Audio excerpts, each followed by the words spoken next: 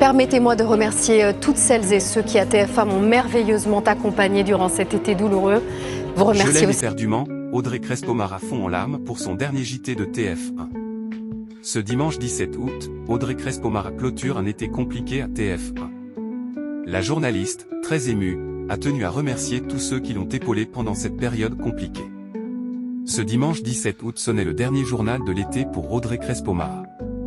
La journaliste, endeuillée par la mort de son époux Thierry Ardisson, a tenu à lui rendre un nouvel hommage. Très émue, la veuve a tenu à remercier toutes les équipes de TF1 qui l'ont accompagnée et soutenue dans cette épreuve de vie, et tous les téléspectateurs qui l'ont portée pendant cet été très compliqué pour elle. Le tout agrémenté d'une ultime déclaration d'amour à l'homme en noir. Permettez-moi de remercier toutes celles et ceux qui à TF1 m'ont merveilleusement accompagné durant cet été douloureux. Vous remercier aussi pour votre fidélité derrière l'écran, et ici à TF1.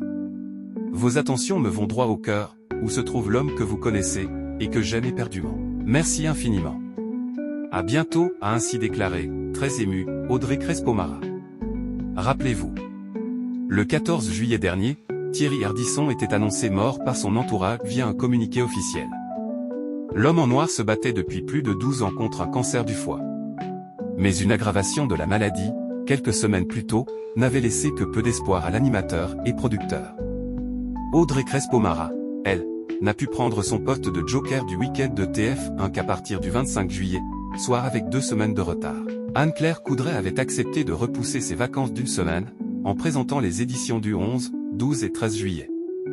La semaine suivante, c'est Amélie Carouer, journaliste de SCI, qui avait été appelée en renfort. Audrey Crespo-Mara était revenue le vendredi 25 juillet, pour 4 week-ends au lieu de 6. Elle sera de retour à la Toussaint.